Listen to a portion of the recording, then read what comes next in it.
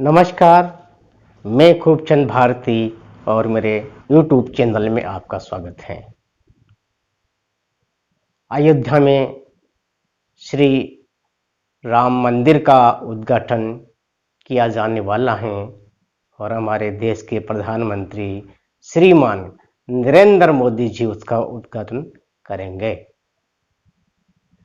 बहुत सी घटनाएं इस प्रकार से सूचनाएं आ रही हैं कि बहुत बड़े बड़े नेता और महात्मा योगी वहां पर आ रहे हैं और अनेक प्रकार से मंदिर को सजाया गया है।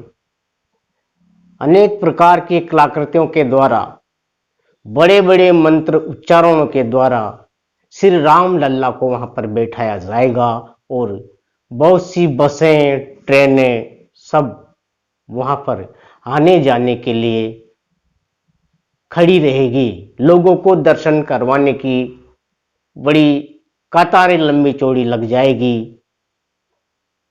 मंदिर का उद्घाटन अभी हो रहा है और बहुत से लोगों द्वारा जानकारी मिली पाई है, हम भी देखते हैं, सुना है कि मंदिर अभी अधूरा है और कोई भी कार्य जब अधूरा होता है तो उसका उद्घाटन नहीं किया जाता है, उसको पूरा किया जाता है।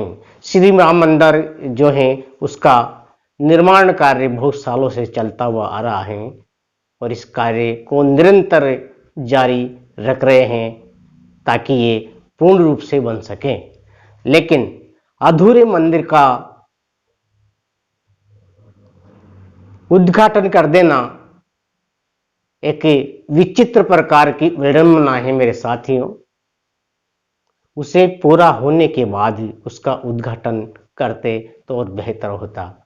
लेकिन क्या राजनीति, क्या चुनावी माहौल जो होने वाला है उस कारण से देश के प्रधानमंत्री श्रीमान नरेंद्र मोदी जी जल्दीबाजी करके उसका उद्घाटन करके लोगों का ध्यान उधर आकर्षित करना चाहते हैं, या फिर हमारे देश के हिंदू समाज के जो धर्म को मानने वाले लोग हैं उनको इतनी जल्दी है कि जल्दी से जल्दी श्री रामचंद्र जी की मूर्ति को यहाँ पर रखा जाए और दर्शनों के लिए हम तरस रहे हैं, दर्शन करने भी हमारे बहुत जरूरी हैं, तो जल्दी की जाए।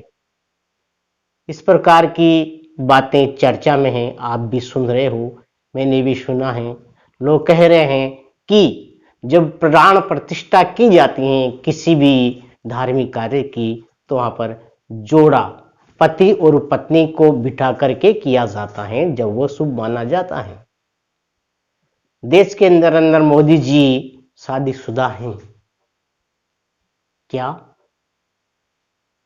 उनके साथ में उनकी धर्म पत्नी बैठ करके इस काम को नहीं कर सकेंगी क्या? उनको पास में नहीं बिठाया जाएगा? लेकिन देश के प्रधानमंत्री के लिए पूरा देश एक होता है, पूरा देश उनका परिवार होता है, लेकिन पत्नी तो सिर्फ एक होती है।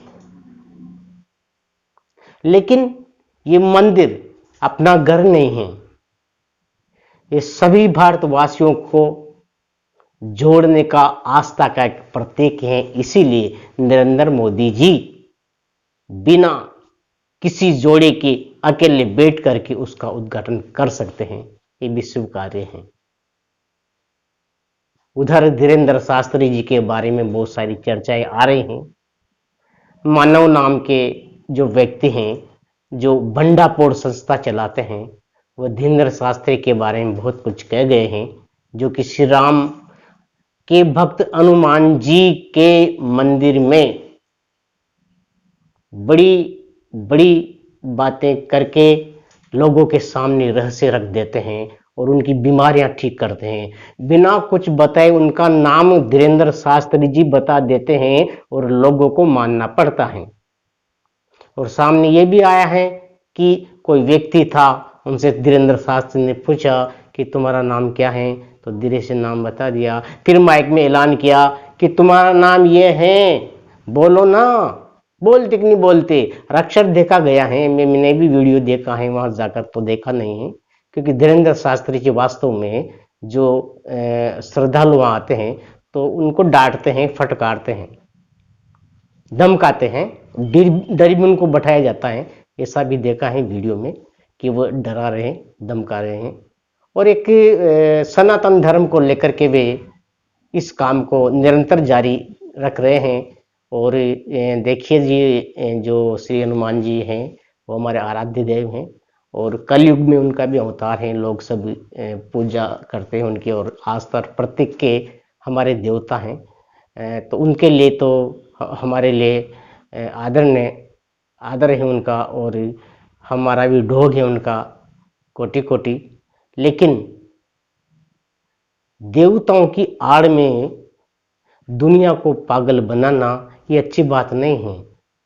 किसी व्यक्ति के अंदर कोई भी आदमी के मन में इतनी श्रद्धा है कि उसको देवता मान लेते हैं और वो आदमी जैसा कहता है वैसा वो आदमी करते हैं, तो उनके साथ धोखा होना एक दुर्भाग्य है। तो ऐसा नहीं होना चाहिए। बहुत सारी चीजें निकल करके सामने आती हैं, देश में क्या हो रहा है। उधर कांग्रेस की रैलियां निकाली जा रही हैं। राहुल गांधी जी ने एक यात्रा और भी चालू कर दी है जिसमें भी असंख्य भीड़ के साथ में वो नजर आ रहे हैं। साथियों, ये जो जमाना है पहले से काफी बदल चुका है। आप देखते आ रहे हो क्या से क्या हो रहा है, लोग कहाँ पहुंच गए हैं, पार्टियां क्या कर रही हैं, देश के नेता क्या हैं, किस प्रकार के लोगों को वह रोजगार दे रहे हैं, आगे बढ़ा रहे हैं, क्या नया परिवर्तन कर रहे हैं।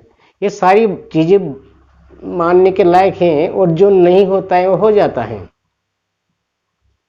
वास्तव में अभी तक समझ नहीं पाया है वोटर या आदमी की पार्टी कौन सी अच्छी है।